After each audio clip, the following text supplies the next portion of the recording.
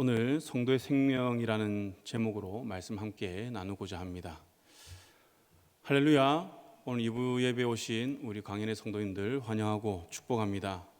오늘 이 예배를 통해서 여러분들 큰 은혜와 기쁨이 넘치기를 축복합니다. 한 주간 여러분들 어떻게 지내셨습니까? 한 주간 우리 성도님들 평안한 삶을 살았기를 소원하는데요. 한 주간 우리가 살아가면서 이제 많은 일들을 경험하지만 우리 삶에서 빼놓지 않고 하는 행위가 있습니다. 그는 불신자나 신자나 할 것 없이 모두에게 해당되는 것인데요. 무엇이냐면 바로 음식을 먹는 것이죠. 우리가 끼니를 챙겨 먹는 것입니다. 여러분들은 한 주간 어떤 음식을 많이 드셨습니까? 한번 기억 속에 떠올려 보셨으면 좋겠습니다. 하나님께서는요, 우리 인간에게 먹는 즐거움을 주셨습니다. 그래서 맛있는 것을 먹으면서 우리가 큰 기쁨을 누리죠. 물론 나는 먹는 것에 소망이 없는데요 하는 사람도 있겠지만, 우리는 맛있는 것을 먹을 때 때로는 스트레스가 풀리기도 하고 기분이 좋아지기도 합니다.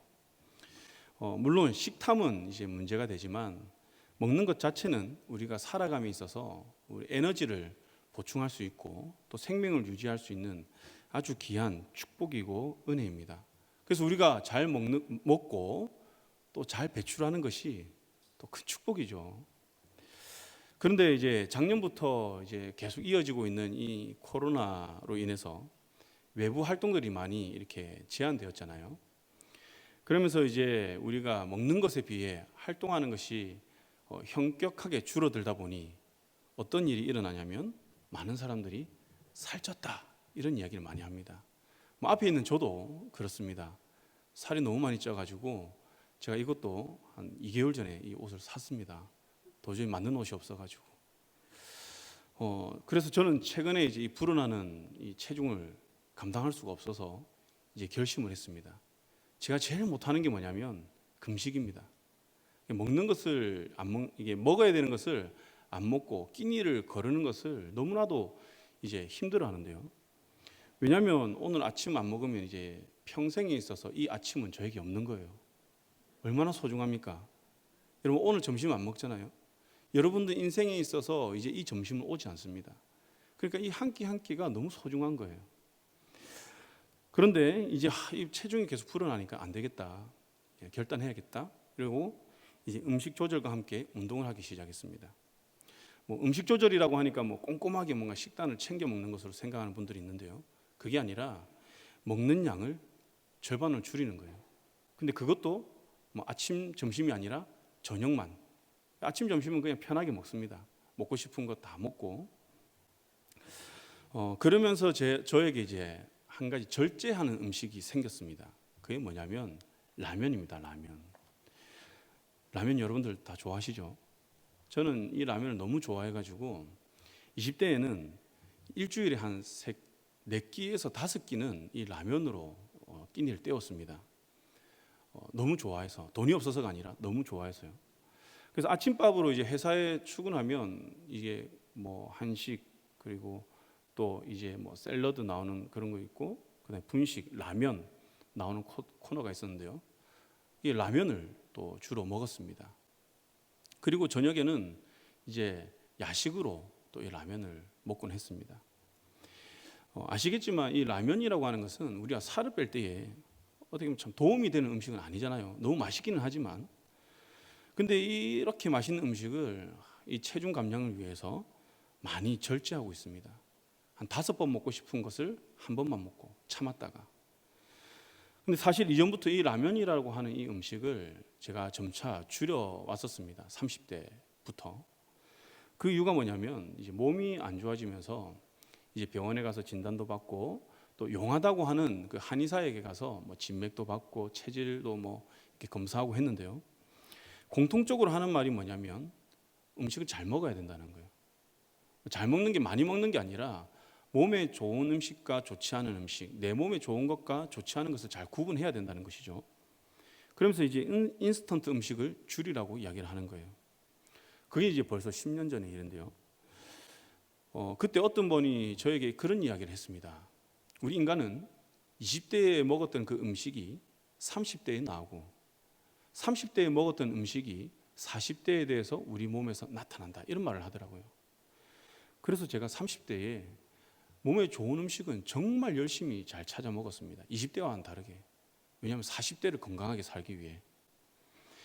이 말을 듣고 제가 정말 이제 챙겨 먹지도 않던, 이전에는 몸이 건강하니까, 지금 건강하니까 이런 마음으로 그냥 내가 먹고 싶은 것만 먹었던 그러한 식생활을 다 바꾸었던 것이죠. 그렇다 보니 어떻습니까? 우리 이게 몸이 이 반응을 한다는 거예요. 먹는 것에 따라서. 그래서 저도 이러한 음식을 줄여나가고 무엇이 내 몸에 맞고 맞지 않는지를 이렇게 구분하여서 잘 조절을 했는데요. 여러분, 우리 신앙도 동일한 것 같습니다.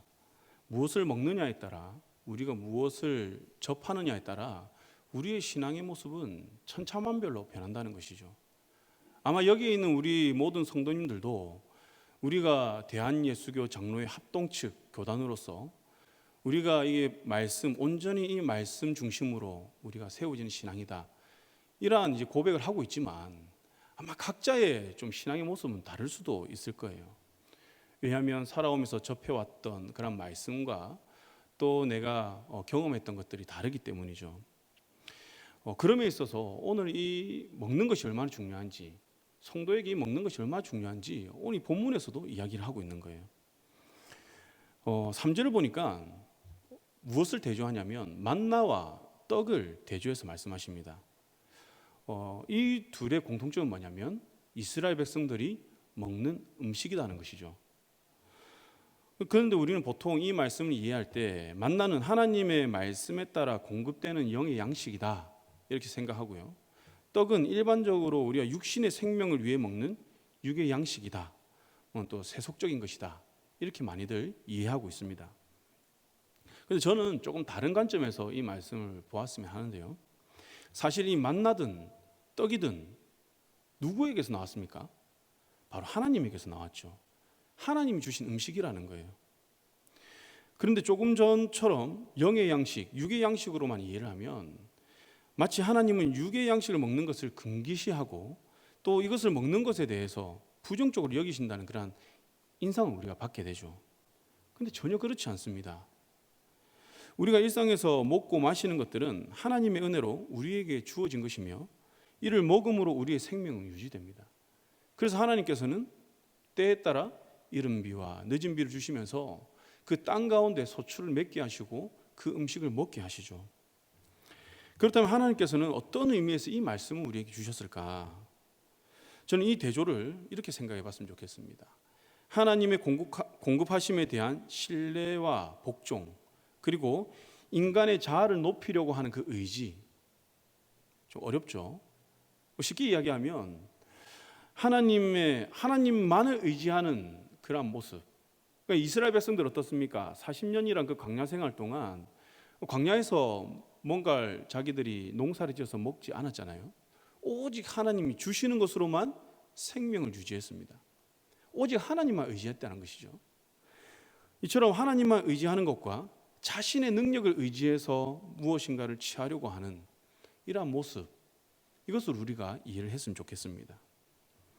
여러분, 그렇다면 이스라엘 백성들이 지금 이 말씀을 들었을 때 어떤 마음이 들었을까요? 지금 이스라엘 백성들은 아직 가나안에 들어가지 않았습니다. 아직 요단 동편에서 하나님이 약속하신 이 땅을 바라보고 있는 그러한 상황이죠. 그래서 여호수아 5장 12절에서는 무엇이라고 하냐면 그 땅의 소산물, 다시 말하면 가나안 땅의 이 소산물을 먹은 다음 날에 이 만나가 그쳤다고 합니다. 그러니까 지금 이들은 아직 가나안 땅에 들어가지도 않았을 뿐더러 소출을 먹지도 않았죠. 그러니까 지금도 만나를 먹고 있는 거예요. 지금도 하나님 주시는 만나. 그런데 이들에게 이 만나는 단순히 먹을 것 이상의 의미를 가지고 있습니다. 제가 조금 전에 말했듯이 그 광야의 생활을 하기 위해서 오직 하나님만 의지하는 그런 의미를 담고 있지만 이 만나를 어떻게 해서 이들이 얻게 되었습니까? 출애굽 초창기를 보면 이들은 굶주리게 되어서 모세와 아론을 찾아가서 불평불만 원망을 합니다. 이들의 상황이 얼마나 힘들었는지, 얼마나 굶주렸는지 이들은 죽게 되었다 이렇게 표현을 해요. 죽게 되었다. 그때 하나님께서는 이들에게 주신 것이 무엇이냐? 만나라는 거예요. 다시 말하면 인간의 능력으로는 아무것도 할 수 없을 때, 인간의 능력이 전혀 소용이 없는 그때 하나님께서는 만나를 통해서 이스라엘 백성들을 겸손케 하셨고, 하나님, 인간의 한계와 하나님의 무한하심을 이 만나를 통해서 경험케 하신 거예요. 그래서 이 이스라엘 백성들은 오직 하나님만 의지할 수 있었던 것이죠. 그리고 하나님께서는 이 만나를 통해서 앞으로 걸어갈 이 40년간의 이 광야 생활은 너의 능력이 아니라 바로 나의 능력으로 인도할 것이고, 나의 능력으로만 이 길을 갈 수 있다는 것을 하나님께서는 이 만나를 통해 또 여러 가지 기사와 표적을 통해 보여주신 것입니다. 그렇게 이스라엘 백성들이 이 만나라는 이 단어를 들었을 때는 지금까지 인도하신 그 하나님의 무한하신 그 능력과 지금 이 자리에 있기까지 인도하신 그 하나님의 보호하심이 생각나지 않았을까요? 그렇기 때문에 음식 그 이상의 의미를 가진다는 것이죠. 하나님께서는 이 말씀을 통해서 앞으로 누리게 될 그 약속의 땅, 그리고 눈에 보이는 하나님의 능력이 눈에 보이지 않는 그때 언제죠? 가나안 땅 들어갔을 때, 그리고 만나가 끊겼을 때, 그때를 이야기하는 것이죠. 그러면 이제 그들이 이제 누리게 되는 것이 무엇입니까? 그 땅의 소출들이죠. 사람의 눈을 즐겁게 하는 그 풍요의 시기, 그때를 대비할 수 있도록 하나님은 지금 요단 동편에서 가나안 땅 들어가기 전에 이 말씀을 주시면서 기억하라는 거예요. 기억하라. 저는 여기서 제시되는 이 기억하라는 이 단어를 조금 더 묵상해 봤으면 좋겠는데요. 기억한다는 것은 다른 말로 잊지 말라라는 이 반대적 의미를 같이 포함하고 있습니다. 이를 통해서 우리가 기억해야 되는 그 필요성과 또 망각에 대한 그 위험성을 함께 우리에게 보여주십니다. 그래서 이 신명기서를 보면요, 항상 축복의 말씀과 이것에 순종하지 않았을 때 어떠한 일을 겪게 되는지를 같이 이제 보여주시는 거죠.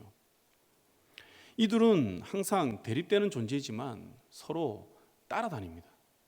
마치 이제 빛과 어둠처럼 빛이 있으면 어둠이 물러가는 것이 당연한 것이고, 빛이 사라지면 어떻습니까?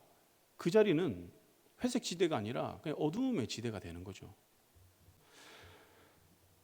그런데 우리는 이 기억이라고 하는 것을 단순히 암기한다, 암송한다 이런 의미로 많이 생각을 합니다. 그런데 성경에서는요, 그렇게 사용하지 않아요. 그 의미를. 예를 들면 우리 그리스도인들은 하나님의 말씀에 순종해야 된다는 것을 다 알죠. 그래서 그 순종하기 위해서 우리가 기도도 하고 열심히 하잖아요. 그런데 우리가 순종하지 못하는 이유가 무엇입니까? 알고 있는데 왜 순종하지 못하죠? 이 순종이라는 게 우리에게 너무 막연한 거예요. 그렇다면 이게 왜 우리에게 막연하냐? 그래서 우리가 하나님 말씀을 모르기 때문에 그런 거예요. 하나님 말씀을 모르기 때문에. 그러니까 무엇에 순종해야 되는지 모른다는 거예요. 그러면 어떻게 됩니까? 자연스럽게 우리의 삶은 불순종의 삶이 된다는 겁니다. 그리고 또 우리가 지금 이제 하나님 말씀을 알지만 문제는 지속적이지 않으면 순종할 수가 없는 거예요. 이스라엘의 이 역사를 보면 그렇죠. 이들이 한번 하나님께 회심하고 돌아오는 경우 너무 많습니다. 그런데 그게 지속적으로 이어지지가 않는 거예요. 그렇다 보니까 다시 회개하고 돌이키고 다시 이방신들을 섬기고 이렇게 계속 반복하는 거예요. 순종할 수가 없는 거죠. 또 알고는 있지만 내 행동은 아는 것과 다르게 흘러가는 경우도 우리는 있습니다. 그래서 이것을 기억하지 못하고 잊었다라는 의미로 우리 사용을 하는 거예요. 그러니까 단순히 하나님 말씀 암기하지 못했다 이게 아니라 우리 삶에서 내가 아는 것과 다르게 나오는 것. 하나님 말씀 많이 알지만 우리 삶은 전혀 그와 다른 삶을 살았을 때 성경에서는 기억하지 못한다라고 이야기하는 거예요.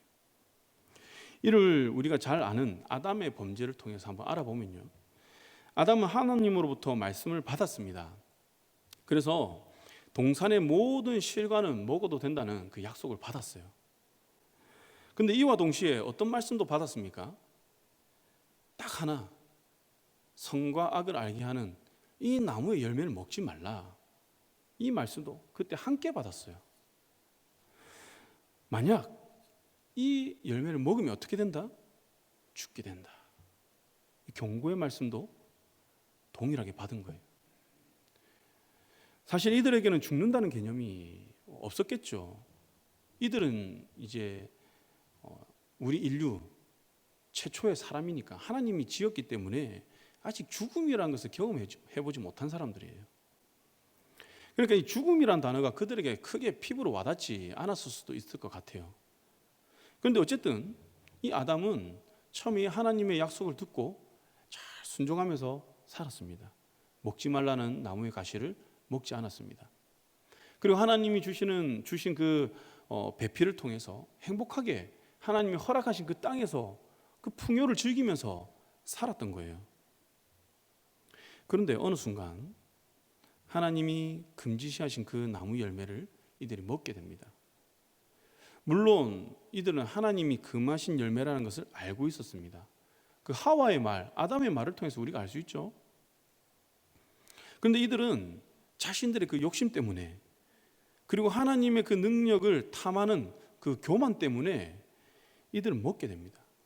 머리로는 알고 있었지만 이들의 행동은 하나님의 법을 잊어버린 행동을 하게 되었던 것이죠. 그래서 그 법을 기억하며 살아갈 때는 이들에게 생명이 주어졌습니다. 그러나 이들이 머리는 알고 있지만 삶으로 그것을 나타내지 못했을 때는 이들에게는 죽음이란 결과가 찾아오게 된 거죠. 그래서 결국 하나님과의 관계가 끊어졌습니다. 그리고 축복의 땅에서 쫓겨났습니다. 그리고 죽음이란 결과를 맞이하였습니다. 이처럼 기억하지 못한다는 것은 지식이 없는 것이 아니라 하나님에 관한 지식이 있을지라도, 하나님에 대해 알지라도 삶의 모습에서 하나님이 잊혀진 것을 의미하며, 이러한 삶에는 결국 하나님을 향한 그 종교 행위만 남게 된다는 것을 우리에게 알려주고 있습니다. 여러분, 눈에 보이지 않는 믿음, 여기서 어떻게 우리가 나타낼 수 있을까요? 바로 눈에 보이는 행위로 나타낼 수 있다는 거예요. 그래서 하나님께서는 오늘 말씀을 통해서 지금 약속의 땅, 광야와는 비교되지 않는 풍요의 땅에서 하나님의 백성이 온전한 축복을 누리며 살 수 있는 그 삶의 원리를 이들에게 가르치시고 또 준비시키는 거예요.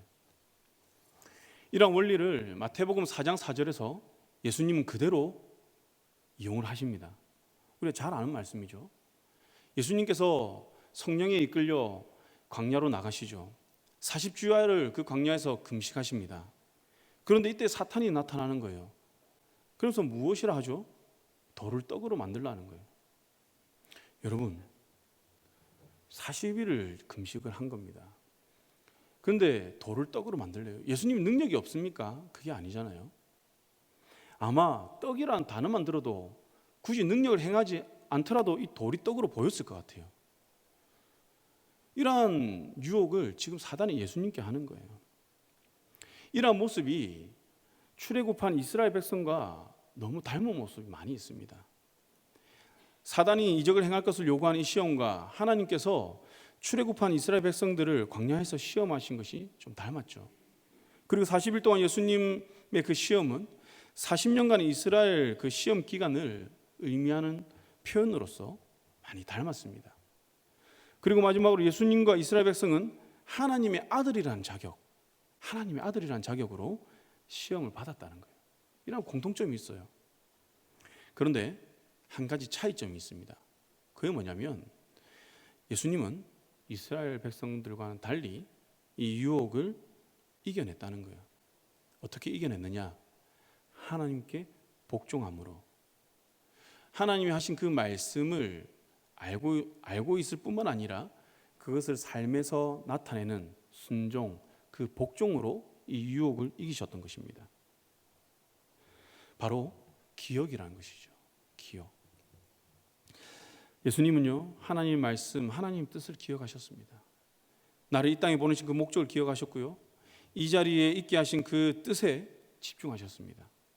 물론 연약한 육신의 그 시험이 고통스럽기는 하지만 그러나 예수님은 그대로 행하셨습니다. 그런데 이스라엘 백성들은 결과적으로 어떻게 됩니까? 이러한 하나님의 백성으로서의 그 축복의 땅을 누리며 살 수 있는 그 원리를 알고 있었지만 그것이 이제 성경에 나타나잖아요. 가나안 땅 들어가서 이들은 절기를 열심히 잘 지켰어요. 그리고 제단을 잘 쌓았습니다. 하나님께 예식도 잘 올려드렸습니다. 하나님의 법에 맞게. 그런데 시간이 가면서 이들은 점점 변해가는 거예요. 눈에 보이는 풍요를 쫓게 되고요. 더 가지고자 하는 욕심이 생기게 되고요. 하나님을 의지하는 것이 아니라 하나님의 능력을 의지하는 것이 아니라 자신의 능력을 의지하며 살고자 한다는 것이죠. 그래서 이들은 축복의 땅에서 고난과 애통의 삶을 살게 됩니다. 이러한 그들의 삶을 어디에서 잘 나타내느냐? 사사기에서 잘 나타내죠. 사랑하는 강현 성도 여러분, 하나님께서는 이와 똑같은 원리를 지금 우리에게도 말씀하고 계십니다. 하나님께서는 우리를 거룩한 백성으로 삼아주셨고 지금까지 우리를 먹이시고 입히시면서 여기까지 인도하신 거예요. 지금 이 자리에 앉기까지. 하나님의 은혜가 없이는 우리가 이 자리에 있을 수 없다는 거예요. 이를 믿으십니까? 여러분들 이것을 우리의 입술로 고백하시길 바랍니다. 이러한 하나님의 은혜를 우리는 지속해서 마음에 새기고 기억해야 될 줄 믿습니다. 그리고 하나님의 말씀을 우리가 잘 알고 그 뜻에 순종하기에 힘써야 할 줄 믿습니다. 그리하면 우리는 자신에게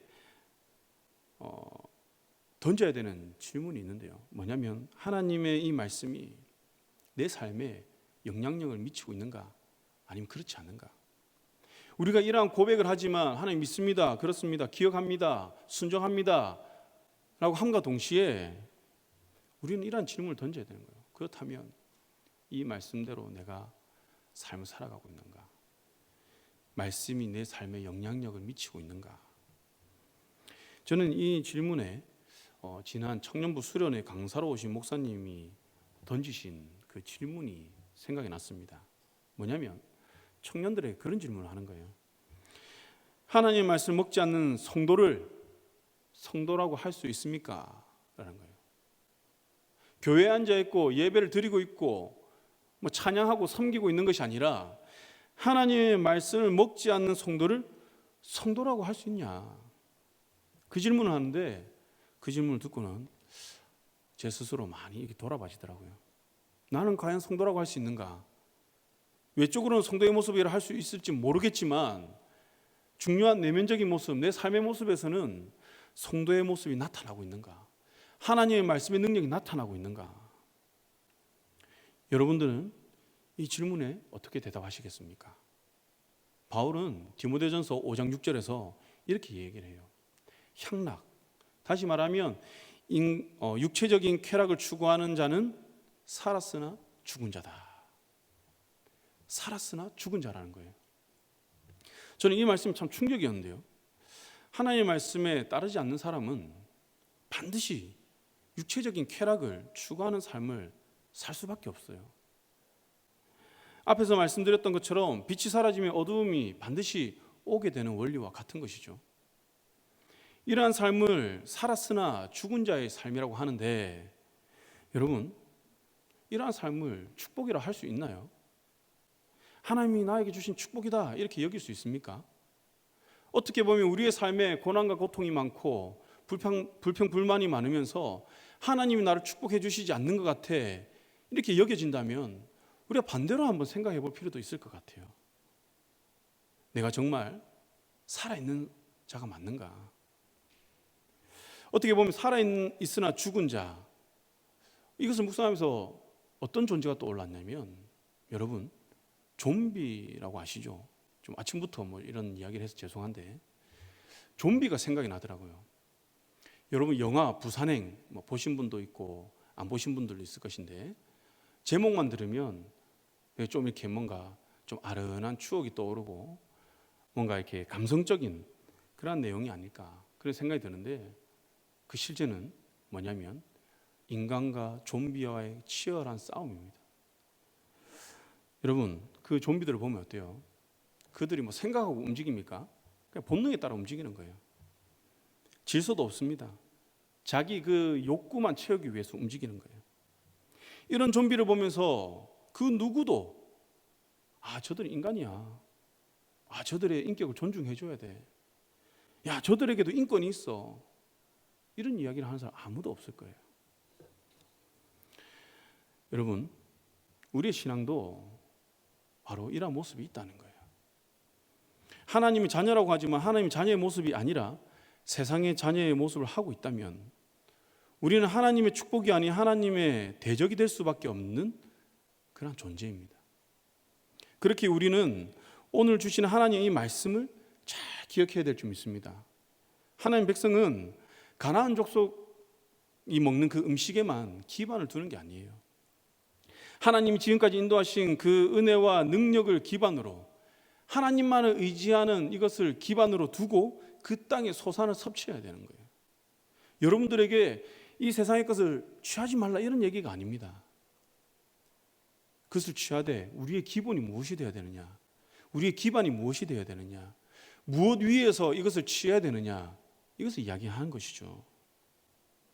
여러분, 성도의 삶은 세상이 추구하는 그 삶의 원리에 기반하는 것이 아닙니다. 우리의 영혼의 양식을 기반으로 하나님의 능력을 의지하며 우리는 이 땅을 살아가야 될 줄 믿습니다. 저는 이 말씀 묵상하면서 떠오른 찬송이 하나 있는데요, 바로 301장입니다. 어떤 찬송이냐면 지금까지 지내온 것 주의 크신 은혜라. 제가 대단한 용기를 냈습니다. 지금까지 지내온 것 주님의 크신 은혜라는 거예요. 한이 없는 주의 사랑 어찌 이루 말하랴. 자나깨나 주의 손이 항상 살펴주시고 모든 일을 주 안에서 어떻게 해요? 형통하게 하시네. 하나님의 은혜가 없으면 우리가 이 자리에 있을 수 없다는 거죠. 여러분들의 삶에 이 찬양의 가사가 매일 넘쳐 흐르기를 소망합니다. 이런 찬양이 매일 입에서 나온다면 우리가 어떻게 교만할 수 있으며 내 능력을 의지하며 살 수 있겠습니까? 어떻게 하나님의 은혜를 망각하고 내가 하나님의 자리를 탐하며 우리가 살아갈 수 있겠습니까? 이런 찬양이 우리의 입술에 퍼진다면, 선포된다면 우리는 오직 하나님만을 기뻐하며 그 율법을 주야로 묵상하는 삶을 살게 되지 않을까요? 2부 예배를 드리는 사랑하는 강연의 성도 여러분, 오늘 여러분들에게 신명기 8장 10절에 하나님 여호와께서 옥토를 내게 주셨으므로 그를 찬송하리라는 이 하나님의 주권을 인정하는 이 고백으로 말미암은 찬송이 여러분들의 삶에 넘쳐 흐르기를 소망합니다. 이제 말씀을 맺겠습니다. 여러분, 송충이는 솔잎을 먹어야 한다는 말을 다 아시죠? 이 말은 보통 부정적인 의미로 많이 쓰이는데 새로운 일을 시도하는 그 사람들의 의지를 꺾을 때 사용하죠. 그리고 어떤 사람에 대해서 비웃을 때 이 말을 사용합니다. 그런데 제가 이제 이 의미를 조금 더 살펴보면서 새롭게 깨닫게 된 사실이 있어요. 물론 저에게만 새로울 수 있는데요, 송충이는 솔라방의 이 애벌레로서 정해진 먹이만을 먹어야 된다는 거예요. 다시 말하면 기주식물이라고 하는 그것을 먹으면 이들은 죽는다는 거예요. 송충이는 솔잎을 먹어야 산다, 먹고 산다, 이 산다는 것과 뒤에 죽는다는 것이 같이 있는 거예요. 여러분, 안 먹으면 죽기도 하지만 솔잎이 아닌 다른 것 잘못 먹으면 죽기도 합니다. 저는 이를 통해서 우리 그리스도인도 똑같다고 생각을 합니다. 우리는 지금 송충이처럼 완전한 모습이 아니에요. 온전한 그 모습을 준비하는 그 과정 가운데 있는 거죠. 송충이의 최종적인 모습이 솔라방이듯이 우리 그리스도인들이 이 땅에서 취해야 되는 그 최종적인 모습, 바라봐야 되는 그 모습은 무엇이냐면 바로 영원한 하나님 나라의 백성, 거룩한 옷을 입고 그곳에서 하나님만을 찬양하는 그러한 존재로 우리가 준비되어가는 삶을 살아야 한다는 거죠. 그렇게 우리는 송충이가 솔잎을 먹어야 살듯이 그리스도인은 하나님이 허락하신 영혼의 양식, 하나님의 말씀을 먹어야만 살 수 있습니다. 그래서 우리는 영혼의 양식을 섭취하는 것을 소홀히 여기면 안 돼요. 소홀하게 되면 우리는 이 땅에서 그 육체를 가진 자로 살아갈지 몰라도 송충이가 솔라방이 되지 못하고 죽듯이 우리도 영원한 나라의 백성이 되지 못하고 죽을 수도 있습니다. 여러분, 우리는 하나님이 허락하신 그 땅을 위해서 지금 준비해야 됩니다. 그 준비는 하나님께서 주시는 영혼의 양식을 먹으며 이 땅을 살아가는 것입니다. 뭐 대단한 업적을 이루는 게 아니에요. 내가 교회에서 무엇을 섬겼네, 뭐 많은 것을 했네, 헌금을 많이 했네, 이게 아니라 영혼의 양식, 먹어야 될 그 양식을 먹으며 이 땅에 살아가는 겁니다. 이스라엘 백성들이 가나안 땅을 온전히 차지하기 위해 전쟁을 하듯이 우리도 하나님 나라를 온전히 차지하기 위해 이 땅에서 그 영적 전쟁을 하며 살아가고 있습니다. 저는 여러분들이 이 영적 전쟁의 이 싸움이 승리의 샬롬으로 끝나기를 소망합니다. 누군가는 승리하면 다 샬롬 아닌가요? 이렇게 할 수 있지만 성경을 보면요, 하나님을 의지 않고도 승리하는 그런 모습들이 많이 나와요. 악한 왕들을 보세요. 이스라엘 악한 왕들, 그들도 승리했습니다. 사사기를 보세요. 그들도 승리를 했습니다. 그런데 그 승리는 샬롬으로 끝나지 않습니다. 그 승리는 애통과 통곡으로 끝나는 거예요. 다시 말하면 하나님 말씀이 없는 승리는 진정한 샬롬이 될 수 없다는 거죠. 우리 강연 성도님들은 샬롬의 이 승리를 누리시길 바랍니다. 이를 위해서 우리가 결단해야 되는 거예요. 하나님은 신명기 8장 3절 하반절에서 여호와의 입에서 나오는 모든 말씀, 일부가 아니라 모든 말씀으로 사는 줄을 내가 알게 하려 하심이라 말씀하십니다. 여러분, 우리는 이 모든 말씀을 먹어야 될 줄 믿습니다. 일부가 아니라 모든, 온전한. 이러한 온전함은 예레미야의 고백처럼 우리 심령을 기쁘게 하고 즐겁게 합니다. 여러분, 이 말씀 먹기를 결단하시기 바랍니다. 힘쓰시기 바랍니다. 하나님에 관한 지식만 있고 삶이 따라주지 않으면 이는 하나님 말씀을 잊어버린 삶이라고 했지만 우리는 그 과정 가운데 이 아는 지식을 채워야 되는 거예요. 지식 채우는 게 나쁜 게 아니에요. 지식을 채우고 그 삶을 살아가야 되는 거죠. 그래서 삶이 연결이 되는 겁니다. 성경 정독대회가 끝났죠. 성경 정독대회가 끝났다 하면서 이 말씀 손에 놓지 마시고, 또 정독을 다 하지 못했다고 해서 성경을 덮지 마시고, 시작도 안 한 분들이 있다면 이 말씀 나의 생명이다, 나를 영적 좀비에서 건져줄 유일한 양식이다, 영적 전쟁 승리가 애통이 아닌 샬롬이 되도록 해주는 무기다 라는 이러한 마음으로 하나님 알기를 힘쓰시기 바랍니다. 이를 통해서 이 땅에서 하나님의 거룩한 백성, 성도로서 살기에 조금 더 부족함이 없는 우리 모든 강연의 성도님들 되시기를 주님의 이름으로 간절히 축원합니다. 기도하겠습니다.